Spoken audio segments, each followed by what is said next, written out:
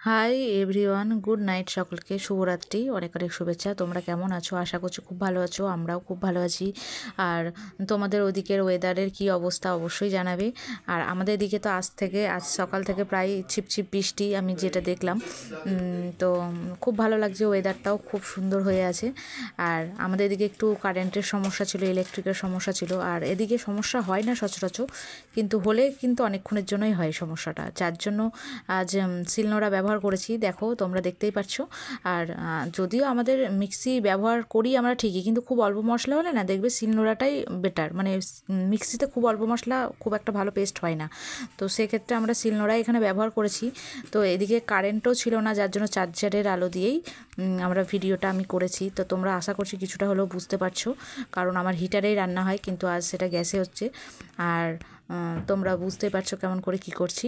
তো তো তোমরা একটু লাইক কমেন্ট করে পাশে থেকে অবশ্যই। আদা আর রসুনটা আমার কিন্তু এখানে বাটা হয়ে গেছে। আর এদিকে ডিমটাও ভালো করে ভেজে নিয়েছি। ডিমটা কিন্তু হালকাভাবেই ভেজেছি, তবে দেখেই বুঝতে পারছো কীরকম কী ভেজেছি। আর এদিকে কিন্তু আলুগুলো ছেড়ে দিয়েছি। আলুগুলো এরকম করে কেটে নিয়েছিলাম, নুন হলুদ পরিমাণ মতো করে দিয়ে ভালো করে লাল করে ভেজে নেব।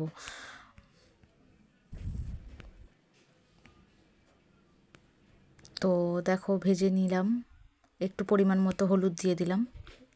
এরপর কিন্তু আমাদের আদা রসুনটা বাটা হয়ে গেছে, এর মধ্যে কিছু শুকনো মশলা দেবো। যেমন দেখো লঙ্কা গুঁড়ো দিলাম এটা, তারপরে জিরে গুঁড়ো, এরপর ধনে গুঁড়ো দেব। ধনে গুঁড়ো এটা দেওয়া হলো। এরপর একটু কাশ্মীরি লঙ্কার গুঁড়ো দেবো, মানে কালারটা আনার জন্য, কারণ কালারটা না থাকলে না একটু ভালো লাগে না। এর মধ্যে একটু উষ্ণ গরম জল দিয়ে ভালো করে এটা মাখিয়ে নেব। মশলাটা রেডি হয়ে থাকলো। দেখো, মশলাটা আমার প্রায় হয়ে গেছে। এদিকে কিন্তু আমার আলুও ভাজা হয়ে গেছে। আলু ভাজা ঠিক মাঝামাঝিতে একটু পেঁয়াজ কুচি দিয়ে দিয়েছি।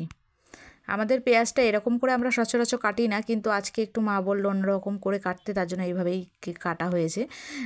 তো দেখো, এরকম লাল করে ভেজে নিয়েছি। এরপর কিন্তু ওই পেস্ট করে রাখা মশলাগুলো না, যেগুলো একসাথে করলাম, সেইগুলো সব দিয়ে দেবো। ছেড়ে দিলাম, তো ভালো করে কষিয়ে নেবো এর মধ্যে।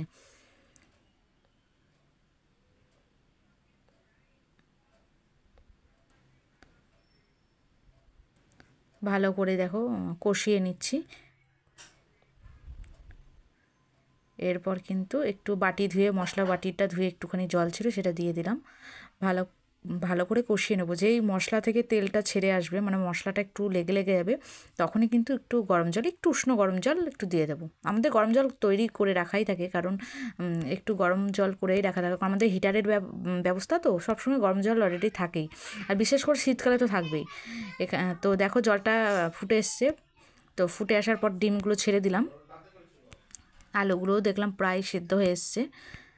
তো ফোটার পর ভালো করে ফুটিয়ে নিয়েছিলাম। ফুটে যাওয়ার পর কিন্তু এখানটায় দেখো, এখানে জিরে ভাজা গুঁড়ো দিয়ে দিয়েছিল। আমাদের যেই জিরে ভাজা গুঁড়োটা দেয় না, সেটা কিন্তু আলাদা করে, মানে হালকা করে ভেজে ডাস্ট করে রাখা থাকে। এটা আমাদের প্রত্যেকটা তরকারিতে একটু কম বেশি দেয়, প্রত্যেকটা তরকারি না, যেগুলোতে প্রয়োজন হয় সেগুলোতেই দেয়। এরপর কিন্তু একটু গরম মশলা দিয়ে দিয়েছিল নামানোর আগের মুহূর্তে। কিন্তু এটা গরম মশলা দিয়ে ঠিক মিনিট 3 মতো ফুটিয়ে কিন্তু নামিয়ে নিয়েছিলাম। তো খেতে কিন্তু দারুণ হয়েছিল। তোমরা তোমাদের ভালো লাগলে লাইক কমেন্ট করে পাশে থেকো। আর শুভরাত্রি সকলকে।